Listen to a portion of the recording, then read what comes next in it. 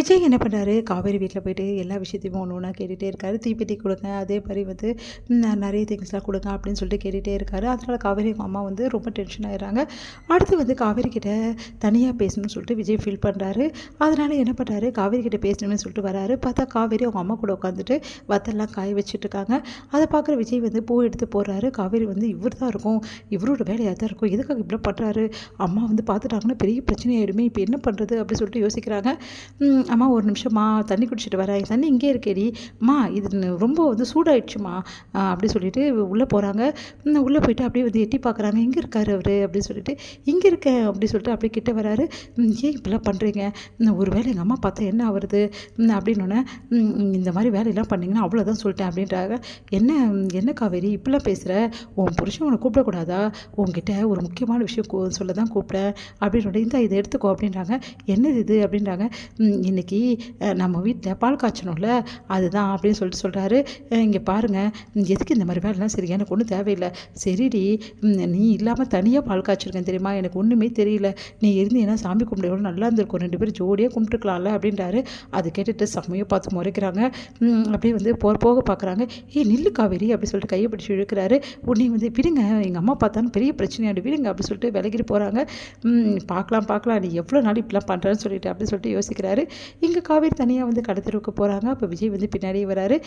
பின்னாடியே வந்து என்ன பண்ணுறாரு, அப்படியே வந்து பயமுறுத்துற மாதிரி பண்ணுறாரு. காவேரி வந்து எதுக்காக இப்படி பண்ணுறீங்க அப்படின்றாங்க. இங்கேருந்து முதல்ல வீடு காலி பண்ணி போங்கன்றாங்க. உன்னை பார்த்துட்டே இருக்கதானே இதெல்லாம் செய்கிறேன் காவேரி, நான் இங்கே வந்ததே உன்னை பார்த்துட்டு இருக்கணும் தான், என்னால் உன்னை பார்க்க முடியாமல் இருக்க முடியல காவேரி, நீ இல்லாமல் வீடாகவே இல்லை தெரியுமா, நீ எல்லா இடத்துலையும் எனக்கு நீயாவே தெரிகிற அப்படின்றாங்க. அதை கேட்டுட்டு காவேரி அப்படியே உருகி போகிறாங்க. அப்படியே பார்த்துட்டே இருக்காங்க காவேரி. ஒன்றும் புரியாமல். விஜய் வந்து என்ன காவேரி, நான் சொல்கிறது புரியுதில்ல உனக்கு அப்படின்னோடனே உடனே அமைதியாக போயிடுறாங்க காவேரி. உடனே விஜய்க்கு சந்தோஷமாக இருக்குது, தாங்க முடியல. ஏன் பண்ணாட்டியாச்சே பின்ன, நான் இங்கே வந்ததில் அவளுக்கு அவ்வளோ சந்தோஷம், எனக்கு இது போதும் காவேரி, கூடி சீக்கிரம் எப்படியாவது உன்னை இங்கேருந்து கூட்டிகிட்டு போயிடுவேன்னு சொல்லிட்டு சந்தோஷப்பட்டுட்டு இருக்காரு. இங்கே வந்து விஜய் என்ன பண்ணுறாரு, காவேரி வந்து வெளியே வருவாளா அப்படின்னு சொல்லிட்டு அவங்க வீட்டையே எட்டி எட்டி பார்த்துட்ருக்காரு. அப்போ வந்து அவசரம் வராரு. என்னப்பா வீடெல்லாம் செட் ஆகிடுச்சா, நல்லா இருக்கா அப்படின்னா, நல்லா இருக்குது, அங்கே என்னப்பா எட்டி பார்த்துட்ருக்க, இல்லை பக்கத்து வீட்டில் நிறைய கூட்டம் இருக்காங்க, பார்க்கும்போதே சந்தோஷமாக இருக்குது, எனக்கு தான் யாருமே இல்லை அப்படின்னோடனே, என்னப்பா நீ அப்படி சொல்லிட்ட, நாங்களும் சொந்தக்காரங்க தான், ஏன் பக்கத்து வீட்டில் உள்ளவங்களும் எனக்கு சொந்தக்காரங்க தான், ஆமாம் அவங்களும் எனக்கு சொந்தக்காரங்க தான் அப்படின்றாங்க.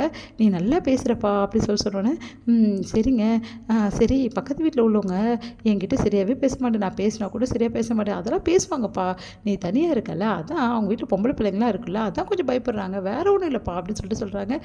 சரிங்க அப்படி சொல்லிட்டு இருக்காங்க.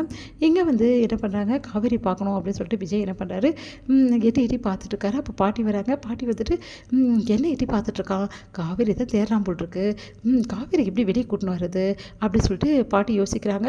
உடனே பாட்டியில், காவேரி இங்கே வாடி அப்படி சொல்லி கூப்பிட்டேன், எதுக்காக இப்போ அவங்களுக்கு தேவையில்லாமல் அவளை கூப்பிட்றீங்க அப்படி சொல்லிட்டு சாரதா கேட்குறேன். ஏன்டி நான் கூப்பிடக்கூடாதா, காவேரி உனக்கு மட்டும் தான் பொண்ணா, எனக்கு பேத்தி இல்லையா, நான் ஐயோ என்கிட்ட வரிஞ்சு கட்டின்னு சண்டைக்கு வந்துடாதீங்க, அப்பா உன் பேத்தியை கூப்பிடணுமா கூப்பிட்டு போங்க அப்படின்றாங்க. உடனே வந்து காவேரி இங்கே வாடி அப்படின்னோடனே, எதுக்கு பாட்டி இப்போ கூப்பிட்றேன், வாடி சொல்கிறது கேளுடி அப்படின்னு சொன்னோன்னே, சரிங்க பாட்டி அப்படின்னு சொல்லிட்டு காவேரி வராங்க. வந்து தவிச்சு போகிறத பார்த்துட்டு பாட்டி வந்து இங்கே வந்து நில்றி அப்படின்றாங்க. உடனே வந்து காவேரி நிற்கிறாங்க. விஜய் வந்து, ஐயோ பாட்டி கலக்குறியே, கரெக்டாக நிற்க வச்சுட்டு என் பொண்டாட்டியை பார்க்காம எனக்கு தூக்கமே வராதே, இப்போ என் பொண்டாட்டியை பார்த்துட்டேன், இப்போ திருப்தியாக போய் தூங்குவேன் அப்படின்னு சொல்லிட்டு, பாட்டி இதுக்கு தான் வர சொன்னியா அப்படின்றாங்க. அம்மாவுக்கு தெரிஞ்சது அவ்வளோதான், ஏன் பாட்டி இப்படிலாம் பண்ணுற, என்னடி நீ, அவன் புருஷன் வந்து உன்னை பார்க்கணும் பார்த்துட்ருக்க, கொஞ்சமாவது அவனோட ஏக்கத்தை கொஞ்சமாவது புரிஞ்சுக்கிறியா நீ அப்படின்னு சொல்கிறாங்க.